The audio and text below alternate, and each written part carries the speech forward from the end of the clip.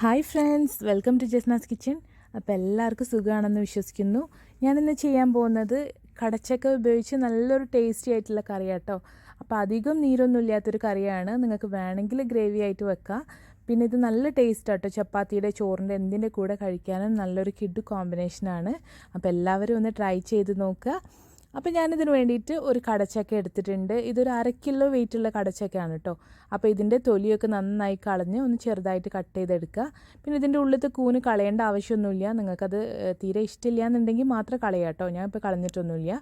പിന്നെ കയ്യിൽ കുറച്ച് എണ്ണയോ തടവുകയാണെങ്കിൽ നമുക്കിത് പെട്ടെന്ന് കയ്യിലൊക്കെ പിടിക്കാതെ കിട്ടും. അല്ലെങ്കിൽ ഇതിൻ്റെ കറ ഉണ്ടല്ലോ, അത് കയ്യിലൊക്കെ ഒട്ടി പിടിച്ച പോലെ ഇരിക്കും. അപ്പോൾ അത് പോകാനൊക്കെ പെട്ടെന്ന് നമുക്ക് ഇതുപോലെ എണ്ണ തേച്ചാൽ കിട്ടും. ഇനി ഞാനിതൊക്കെ ഒരു കുക്കറിലേക്ക് കഴുകിയെടുത്ത ശേഷം ചേർത്ത് കൊടുക്കുന്നുണ്ട്. അപ്പോൾ ഇത് ആദ്യം തന്നെ നമുക്കൊന്ന് കുക്ക് ചെയ്തെടുക്കാം. അതിനുശേഷം ഇത് നമുക്ക് ഗ്രേവി ഉണ്ടാക്കിയെടുക്കാം കേട്ടോ. അപ്പോൾ ഇതിലേക്ക് ഞാൻ കുറച്ച് മസാലകൾ ചേർത്ത് കൊടുത്തിട്ടാണ് ഇതൊന്ന് കുക്ക് ചെയ്തെടുക്കുന്നത്. അപ്പോൾ അതിനു വേണ്ടി ഞാനിതിലേക്ക് 1 ടേബിൾ സ്പൂൺ മല്ലിപ്പൊടി ചേർത്ത് കൊടുക്കുന്നുണ്ട്. ഇത് നമുക്ക് മഞ്ഞൾപ്പൊടി ചേർത്ത് കൊടുക്കാം. 1/2 ടീസ്പൂൺ അളവിൽ മഞ്ഞൾപ്പൊടി ചേർത്ത് കൊടുത്താൽ മതി. ഇനി മുളക് പൊടിയാണ് ചേർത്ത് കൊടുക്കുന്നത്. അപ്പോൾ എൻ്റെ കയ്യിലിപ്പോൾ മുളക് പൊടി നല്ല ഫ്രഷ് ആയിട്ടുള്ളതില്ല. അപ്പോൾ അതുകൊണ്ട് തന്നെ ഞാൻ മുളക് കഴുകി അരച്ച് വെക്കാറാണ്. അപ്പോൾ 1 ടേബിൾ സ്പൂൺ അളവിൽ ഞാൻ മുളക് അരച്ചത് ചേർത്ത് കൊടുക്കുന്നുണ്ട് കേട്ടോ. അപ്പോൾ ഇതിന് പകരമായിട്ട് നിങ്ങൾ 1 ടേബിൾ സ്പൂൺ മുളക് പൊടി ചേർത്ത് കൊടുത്താൽ മതി. ഇപ്പം ഞാനിത് കാശ്മീരി ചില്ലിയും അതുപോലെ സാധാരണ വറ്റൽമുളകും കൂടെ കഴുകി കുതിർത്ത് വെച്ച് അരച്ചെടുത്തതാണ്. ഇതിലേക്ക് ആവശ്യത്തിനുള്ള വെള്ളം കൂടെ ചേർത്ത് കൊടുക്കുക. ഞാനിപ്പോൾ ഇതിലേക്ക് 1 കപ്പ് അളവിലാണ് വെള്ളം ചേർത്ത് കൊടുത്തത്. ഒരുപാട് വെള്ളത്തിൻ്റെ ഒന്നും ആവശ്യമില്ല നമുക്ക്. അപ്പോൾ ഇതൊന്ന് നന്നായിട്ട് മുങ്ങി വരാൻ പാകത്തിനുള്ള വെള്ളം ഒഴിച്ചു കൊടുത്താൽ മതി. അപ്പോൾ ഇതൊന്ന് നല്ലപോലെ മിക്സ് ചെയ്ത് കൊടുക്കുക. ആവശ്യത്തിനുള്ള ഉപ്പും കൂടെ ഇതിലോട്ട് ചേർത്ത് കൊടുക്കുക കേട്ടോ. അപ്പോൾ ഞാനിപ്പോൾ ഇവിടെ ഒരു 1/2 ടീസ്പൂൺ ഉപ്പാണ് ചേർത്ത് കൊടുത്തത്. നമുക്ക് ആവശ്യമുണ്ടെങ്കിൽ നോക്കിയിട്ട് ചേർത്ത് കൊടുക്കുക. അപ്പോൾ ഇതൊന്ന് നന്നായിട്ട് മിക്സ് ചെയ്തെടുത്തിട്ടുണ്ട്. ഇനി ഇതൊന്ന് അടച്ച് വെച്ച് ഒരു 2 വിസിൽ വരുന്ന വരെ നന്നായിട്ടൊന്ന് കുക്ക് ചെയ്തെടുക്കുക കേട്ടോ. അപ്പോഴേക്കും ഞാനിവിടെ ഒരു ചട്ടി ചൂടാവാൻ വേണ്ടി വെച്ചിട്ടുണ്ടായിരുന്നു. അപ്പോൾ ഇതിൽ വെള്ളമുണ്ട് ഒത്തിരി. അപ്പോൾ ഇതൊന്ന് തുടച്ചെടുക്കുകയാണെങ്കിൽ നമുക്കത് പെട്ടെന്ന് തന്നെ ഉണങ്ങി കിട്ടും. അപ്പോൾ ഇതൊന്ന് ഞാൻ തുടച്ചെടുത്തിട്ടുണ്ട്. അപ്പോൾ ചട്ടി ഒരുപാട് നേരം വെച്ചാൽ ഇതിങ്ങനെ കാഞ്ഞു പോകും. അതുകൊണ്ടാണ് ഇതിലേക്ക് ഞാനൊരു 2 ടേബിൾ സ്പൂൺ അളവിൽ വെളിച്ചെണ്ണ ചേർത്ത് കൊടുത്തിട്ടുണ്ട്. വെളിച്ചെണ്ണയിൽ തന്നെ ഉണ്ടാക്കിയെടുക്കാം കേട്ടോ, അതാ ടേസ്റ്റ്.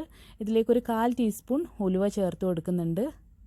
നിങ്ങൾക്ക് വേണമെങ്കിൽ കടുക് ചേർത്ത് കൊടുത്താലോ കേട്ടോ. പക്ഷേ ഞാനിപ്പോൾ കടുക് ചേർക്കുന്നില്ല. ഇനി ഇതിലേക്ക് ഞാൻ ഒരു വലിയ സവാളയാണ് ചെറുതായി മുറിച്ചിട്ട് അതും കൂടെ ചേർത്ത് കൊടുക്കുന്നുണ്ട്. ഇനി നമുക്കിതിലേക്കൊരു വലിയ തക്കാളി കൂടെ ചെറുതായി മുറിച്ച് ചേർത്ത് കൊടുക്കുക. പിന്നെ ഞാൻ ഇഞ്ചി വെളുത്തുള്ളി അത് ചെറുതായിട്ട് മുറിച്ചെടുത്തതാട്ടോ. അപ്പോൾ ചതച്ചെടുക്കുമ്പോൾ ഇതിലേക്ക് അത്ര അങ്ങോട്ട് ടേസ്റ്റ് മാച്ച് ആവില്ല. അപ്പോൾ അതുകൊണ്ട് നിങ്ങൾ ഇതുപോലെ ചെറുതായി മുറിച്ചിട്ട് തന്നെ ഇട്ട് കൊടുക്കുക. അതാണ് ഇതിൽ കൂടുതൽ ടേസ്റ്റ് വരുന്നത്, അതും കൂടെ ഇങ്ങനെ കടിക്കാൻ കിട്ടുമ്പോൾ. അപ്പോൾ ഇതെല്ലാം കൂടെ നമുക്ക് നന്നായിട്ടൊന്ന് വഴറ്റിയെടുക്കാം. ഇതൊന്ന് വഴറ്റിയെടുത്തിട്ടുണ്ട് കേട്ടോ. ഇനി നമുക്കിതൊന്ന് അടച്ച് വെച്ച് ചെറിയ തീയിലിട്ട് കുക്ക് ചെയ്തെടുക്കാം. അതിനുശേഷം ഞാൻ ഇടയ്ക്കൊന്ന് തുറന്ന് നോക്കി അതിലേക്ക് വെള്ളമൊക്കെ വറ്റി വന്നിട്ടുണ്ട്.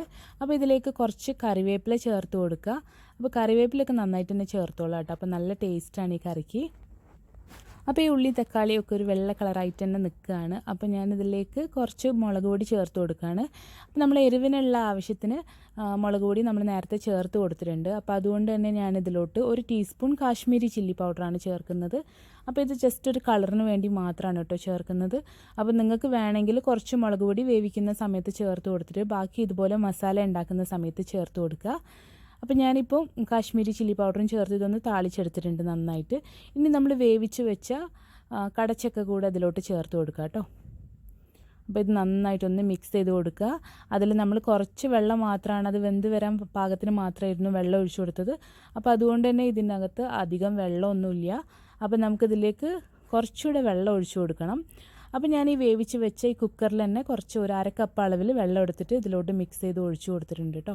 അപ്പോൾ നിങ്ങൾക്ക് വേണമെങ്കിൽ വെള്ളത്തിൻ്റെ അളവ് കൂട്ടാം കേട്ടോ. ഞാനിപ്പോൾ ഇതൊരു തിക്കായിട്ടുള്ള ഗ്രേവിയാണ് ഉണ്ടാക്കിയെടുക്കുന്നത്. അപ്പോൾ അതുകൊണ്ട് തന്നെ ഞാൻ അധികം വെള്ളം ഒഴിക്കുന്നില്ല.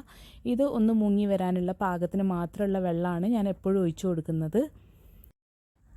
ഇപ്പോഴും ഞാനിതിൻ്റെ തീ ഓഫ് ചെയ്തിട്ടില്ല കേട്ടോ. ചെറിയ തീയിൽ വെച്ച് തന്നെ ഇതൊന്ന് കുക്ക് ചെയ്തെടുക്കുകയാണ്. നമ്മൾ ചേർത്ത തക്കാളി, ഉള്ളി, അതും ഈ കടച്ചക്ക വേവിച്ചതും എല്ലാം കൂടെ നന്നായിട്ടൊന്ന് മിക്സായിട്ട് കുഴഞ്ഞ് വരണം. ഇനി നമുക്കിതിലേക്ക് കുറച്ച് മസാല ചേർത്ത് കൊടുക്കണം. മസാല എന്ന് പറയുന്നത് ഗരം മസാലയാണ് ചേർത്ത് കൊടുക്കുന്നത്. ഒരു 1/2 ടീസ്പൂൺ ഗരം മസാല ചേർത്ത് കൊടുക്കുകയാണ്. അപ്പോൾ ഇത് നിങ്ങൾക്ക് ചപ്പാത്തിയുടെ ഒക്കെ കൂടെ കഴിക്കുമ്പോൾ നല്ലൊരു ടേസ്റ്റ് തന്നെ ആയിരിക്കും. ഇനി നമുക്കിതിലേക്ക് 1 ടീസ്പൂൺ നല്ല ജീരകം അത് ക്രഷാക്കി പൊടിച്ചെടുത്തതാണ്. നന്നായിട്ട് തരിപ്പായിട്ട് പൊടിച്ചെടുക്കൊന്നും വേണ്ട.